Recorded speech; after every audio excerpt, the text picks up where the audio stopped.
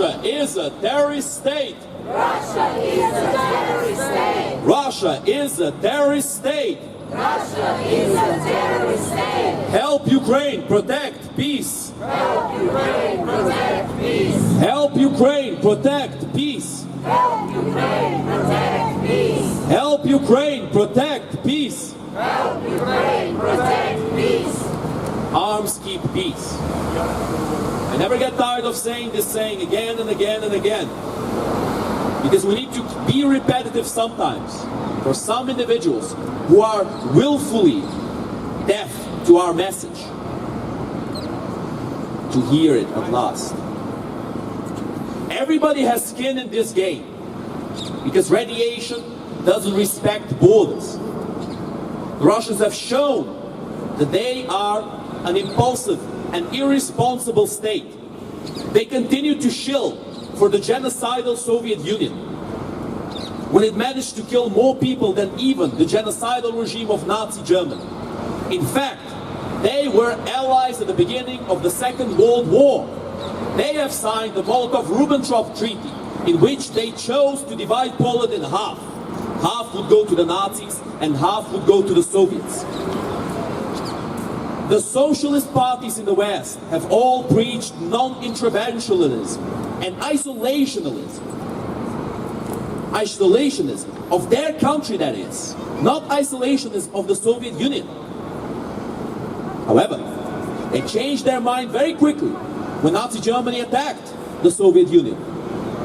So we have to ask, whose interests do the socialist parties truly defend?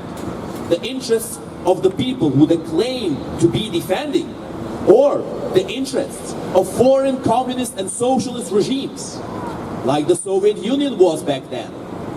This is something we must not forget, my friends.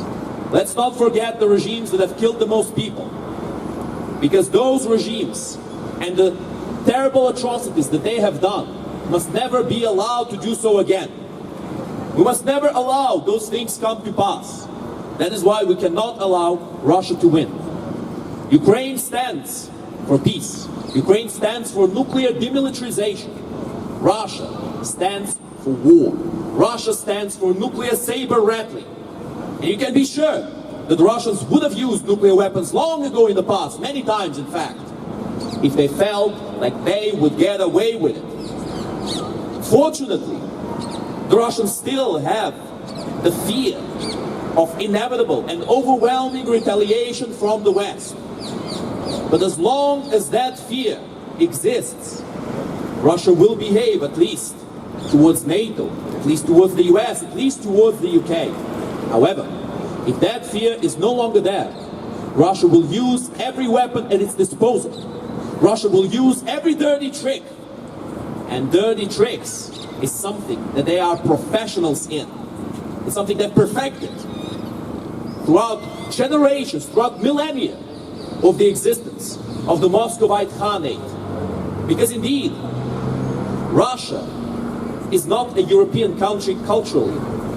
Russia is more based on the Golden Horde, on the Mongol Empire, an empire based on slavery and extermination, than they are on the enlightened values of the West. That is why every single Russian oligarch and politician has their children living in this supposed decaying West, as they call it. Why? If the West is so bad, why do they all send their children here? Why are they studying in the most prestigious colleges and universities in the West? In Cambridge, in Oxford, you name it. I'll tell you why, my friends. Because the Russian elites are hypocrites. And the Russians are depoliticized. They have no power over their politics. They can't choose, they can't decide, they can't say a word. They can't even call this war a war, because they will go to jail for that. That is what we're playing with right now. An expansionist regime that is trying to expand its genocidal tendencies to Eastern Europe first, true, and then to whoever refuses to fight back. Isolationism and non-interventionalism from the West is suicidal, because Russia is expanding and Russia needs to be stopped. And the way to stop them is to help Ukraine and provide Ukraine with what Ukraine needs to finally bring this war to an end. Because to appease an aggressor, to appease a psychopath, is to be on the same side as that psychopath. When somebody commits a crime, they are put in jail. There's no attempt of appeasing them. You don't give them freebies just to make sure that they don't commit future crimes. That's nonsense. What kind of accountability will other countries see on the world stage if they see Russia get away with the crimes that they've committed? There are war crimes, countless. And yet, some individuals still preach for negotiation with this country that has broken their agreements every single time. This is why, my friends, our message here in these rallies is to help Ukraine win, not help Ukraine survive. That is the real deal breaker here. We need to move forward until Russia is defeated in Ukraine, until their ambitions in Ukraine are ended for good, not to just help Ukraine survive a few more months, not to try to appease Russia and make sure they don't do it again. What happened in 2008 in Georgia, what happened in 2014 in Ukraine, what happens again and again and again with Russia. We try to appease them, it backfires every single time. Just like it backfired with Hitler. Why should we allow Russia to become more powerful, become more stable and stronger of an enemy, so that they can attack us later down the path? It's foolishness. We need to face this problem head on now. And this is how we're going to face it. Arm Ukraine as you promised. Arm Ukraine as you promised. Arm Ukraine as you promised. Arm Ukraine as you promised. Arm Ukraine as you promised. Arm Ukraine as you promised. Fight the jets for Ukraine. Fight the jets for Ukraine. Fight the jets for Ukraine. Fight the jets for Ukraine. Fight the jets for Ukraine. Fight the jets for Ukraine. Air defense for Ukraine. Air defense for Ukraine. Air defense for Ukraine. Air defense for Ukraine. Air defense for Ukraine. Air defense for Ukraine. My friends, although there's a lot of good news, we must also mention the things that are going less bad so that we are not like Russia. Because the Russians ignore the problems they have. The Russians lie to their government.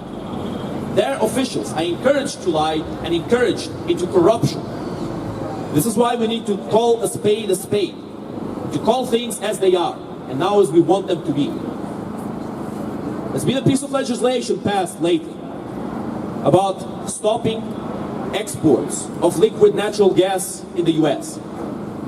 This is a detrimental piece of legislation, my friends. This is not good, because Europe needs those shipments of gas. It's very important that Europe has an alternative to the Russian gas so that we cannot be held hostage by the Russian terrorist regime, so that they cannot blame us for the things we haven't done, so that they cannot blackmail us with the resources they have. Russia needs to be isolated. That is the only way to chastise them for the crimes they have done at the moment. And we also need to help Ukraine win on the battlefield, so that on both these regards, there is a victory against Russia. But my friends, it's very important for us to understand one key fact in this whole situation. We need to do what we can to stop climate change. We need to improve the quality of life of every person on earth. However, when there's countries like Russia that are hurting the environment more than any country in the world, well, my friends, we have to first be able to stop them and then worry about the climate. What would the climate matter? What would all of this conversation matter if Russia wins, if Russia takes over more and more countries, and Russia does as they please, and we are unable to stop them? No kind of climate reforms will help in that situation, because Russia will continue to produce fossil fuels. We must understand the priorities and the order in which they come. First, we need to defeat our enemies. Then, we can push for reforms. That is how we're going to deal with Russia. That is how we're going to deal with all of these terrorist states, like Iran and North Korea. And there are many proxies, such as Hezbollah, Hamas, and the Houthis. These individuals are getting paid by the same exact individuals, by the same exact people, by Tehran and Moscow. They are the ones who are spreading these terrorist proxies around the world and are trying to sow dissent in many different countries all over the world. When we say that the war is happening in Ukraine, it does not restrict the fact that the war is not only happening in Ukraine.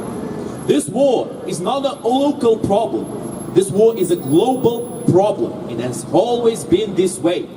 The Wagner Group is practicing their neo-colonialism in countries like Niger, Mali, Burkina Faso, and Sudan. They're destabilizing those countries. They have created the civil war in Sudan. But that's not the only thing they're doing. Russian troops remain in the region of Transnistria in Moldova. The Russian troops remain in Abkhazia and South Ossetia in Georgia. The Russian troops hold the governments of Belarus and Kazakhstan at ransom. They hold puppet regimes there when the people of those countries don't want anything to do with Russia. They want to be free from the Russian yoke. And we fight alongside with them against the Russian terrorist regime. Slava Ukraini! Slava нації! Україна! Україна! Україна! Героям України тричі! And now, my friends, we will have a short musical break.